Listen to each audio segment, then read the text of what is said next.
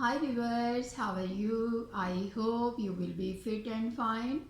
Today we will tell you how we can fix our wrong cut shirt and save cloth from being all lost. So I started. जैसा कि viewers मैं आपको बता चुकी हूँ कि आज जो हम सिखा रहे हैं आपको शर्ट कटिंग वो ऐसी है कि अगर कोई शर्ट आपसे लर्निंग के दौरान या सीखने के दौरान ख़राब हो जाती है तो आप किस तरह उसको ठीक कर सकते हैं। तो ये वीडियो मेरे ख्याल से सबके लिए बहुत ज़रूरी थी, तो मैंने सोचा ये वीडियो आपके लिए बनाई जाए, क्योंकि अक्सर लेडीज़ लड़कियाँ ये सोचती हैं कि हमसे ये शर्ट ख़राब हो गई सीखने के दौरान, अब तो ये कपड़ा ज़ाया हो गया, अब इसे फेंकना पड़ेगा। लेकिन ऐसा नहीं है, हम आपको सिखाते हैं कि इस कपड़े को हम कैसे ठीक कर सकते हैं और ज़ाया होने से बचा सकते हैं। तो वीवर्स, ये वो शर्ट है जो कि कटिंग के दौरान ज़ाया हो गई है, क्योंकि सीखने के दौरान अक्सर कपड़े ज़ाया हो जाते हैं। तो अब हम आपको सिखाएंगे कि इसको बिल्कुल ठीक कैसे किया जा सकता है, क्योंकि हम इसे फेंकना तो चाहते नहीं हैं और चाहते हैं हमारी बचत हो जाए, हम ज़ाया ना करें अपने पैसों को। तो हम इसी को ठीक करेंगे। तो ये देखें, इसका हम मेजरमेंट करते हैं। इसके शोल्डर जो हैं, शोल्डर से आप मेजरमेंट करें। शोल्डर हैं इसके तकरीबन 6 इंचज़ और चेस्ट है इसका 8.25। तो हम 6 इंचज़ को ही फॉलो करेंगे, क्योंकि हमें कलियां जो डालनी है, इसको ठीक जो करना है वो ऊपर से नीचे तक करना है। तो हम उसी मेजरमेंट को फॉलो करेंगे जो ऊपर है, और उसी के साथ साथ स्ट्रेट नीचे आएंगे और सेम मेजरमेंट नीचे भी वही फॉलो करेंगे, यानी 6.25। अब यहाँ पर हम देख लेंगे, ये आ गया हमारा मेजरमेंट 6.25। हमने यहाँ निशान लगा लिया और यहाँ तो ऑलरेडी हम देख ही चुके थे कि 6.25 है। तो अब हम इसको इस तरह रखेंगे, मेजरमेंट टैप को ऊपर तक, ताकि स्ट्रेट कटे, और निशान लगा लें हम। अब हम निशान लगाना शुरू करेंगे।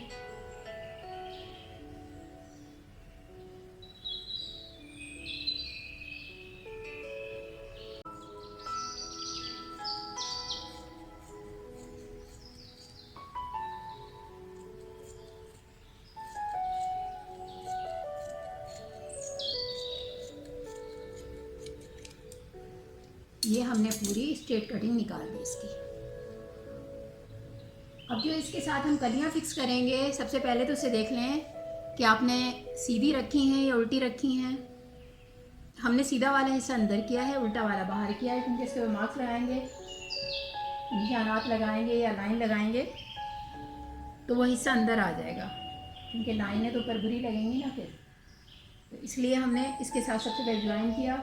तकरीबन 1/2 इंच यहाँ से एक्स्ट्रा रखना है, क्योंकि वो सिलाई में आएगा। इसी तरह ऊपर भी 1/2 इंच एक्स्ट्रा रखना है सिलाई के लिए। और अब हम इसको मेजर करते हैं कि चेस्ट साइज़ 22 हमें करना था, क्योंकि 20 चेस्ट साइज़ है और 1 इंच अंदर जाएगा, 1 इंच अंदर की साइड पे जाएगा, तो हमारा हो गया 22। हम शोल्डर से यहाँ तक सबसे पहले मेजरमेंट करेंगे 8 पे हम मार्क कर लेंगे, निशान लगा देंगे। उसके बाद अब हम इसका चेस्ट मेजरमेंट करेंगे। हमें चाहिए था 22 का हाफ कितना होता है? 22 का हाफ होता है 11।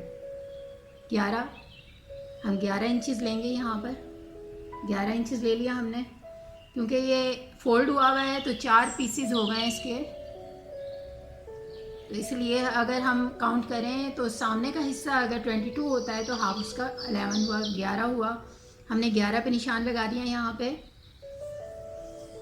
और नीचे थोड़ा सा ज़्यादा होता है दामन, जैसे यहाँ पर 11 है तो यहाँ पर आप दामन 12 ले लें, 12 ले लें। ये हमने 12 पे निशान लगा दिया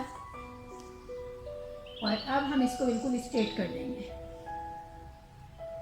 शेप बाद में बनाएंगे हम इसकी, अभी हम स्ट्रेट कपड़ा निकाल लेंगे इसका, क्योंकि मैं आपको आसान तरीका सिखा रही हूँ कि जिसे स्टिचिंग या कटिंग नहीं आती वो भी इजीली इसको फॉलो करके कटिंग सीख सकते हैं। तो ये हो गया